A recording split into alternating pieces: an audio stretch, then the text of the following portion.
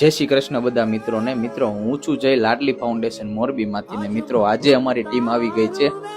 આપણે થાનગઢ છે ત્યાં 3 અનાથ બાળકો છે. આ બાળકોના વિડીયો ઘણા બધા ભાઈઓએ મને સેન્ડ કર્યા હતા, બરાબર. અને આ બાળકોનું અત્યારે પરિસ્થિતિ શું છે?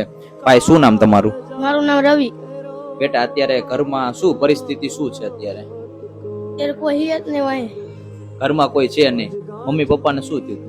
પપ્પા ગળટું ખાઈ ગયા, મમ્મી વહી ગયા. પપ્પા ગળા ફાવો ખાઈ ગયા હતા. કેટલો સમય થયો એને? કેટલા વર્ષ થયા? 4-5 મહિના થયા. 4-5 મહિના થયા. અને મમ્મી ક્યાં જતા રહ્યા? એમના મામા ન્યા. તમારા મામા ન્યા જતા રહ્યા. 2 દિવસ પહેલા દાદા હતા એ ગુજરી ગયા એમ. તો અત્યારે તમે આ એક ઓઈડી છે એમાં 3 ભાઈઓ તમે રહ્યો છો. તમે 2 ભાઈ છે અને આ બેન છે. તમે ભણવા જાઓ બેટા? ભણવા નથી જતા, જમવા ટિફિન આવે જોગેથી. જોગ આશ્રમ છે થાનમાં છે, ત્યાંથી ટિફિન તમારું આવી જાય, બરાબર. એટલે ટૂંકમાં આ કેટલા ટાઈમથી તમે આવી રીતના આવી પરિસ્થિતિમાં છો બેટા? 5 મહિનાથી. 5 મહિનાથી તમે આ પરિસ્થિતિમાં છો. તો મદદ કરવા આવે કોઈ બેટા? અત્યારે કોઈ નથી આવતું. મિત્રો આપણે જોઈ શકીએ છીએ કે 3 અનાથ બાળકો છે.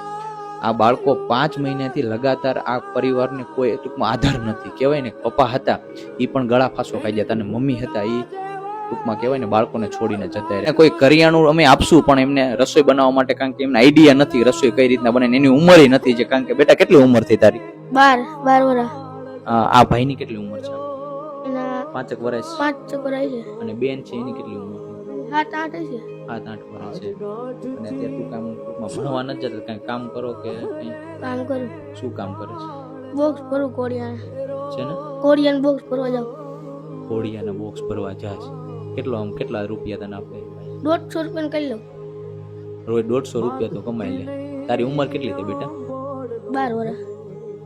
મિત્રો આમ ટૂંકમાં કહેવાય ને કે જીવ આમ હચમચી જાય. ભાઈ છે અને એની બેન છે, એના માટે 12 વર્ષની ઉંમરમાં આ છોકરો કમાવા માટે જાય. ડેઈલી 150 રૂપિયા કમાય છે. કેમ કે ભરણ પોષણ તો પોતાના ભાઈ બહેનોનું કરવું ને. હકીકતમાં જે મોટો ભાઈ હોય ને એને ઘરની પરિસ્થિતિ સારી રીતના ખબર હોય કે આપણી ઘરની પરિસ્થિતિ કેવી છે. મિત્રો 3 અનાથ બાળકો છે. પપ્પાએ કોઈક કારણસર ગળા ફાંસો ખાઈ ગયા અને મમ્મી કહેવાય ને છોડીને જતા રહ્યા. ઘણું બધું અંદરથી દુઃખ થાય છે. અત્યારે તમારે શું આમ જરૂર છે શું બેટા તમારા ઘરમાં? કપડાં ને એવું જોઈએ. કપડાં જોઈએ છે. બીજું શું શું જોઈએ તારા? કપડાં જોઈએ. કપડાં તને અપાવશું. બીજું તારે શું જોઈએ? બીજું કઈ નથી જોઈએ.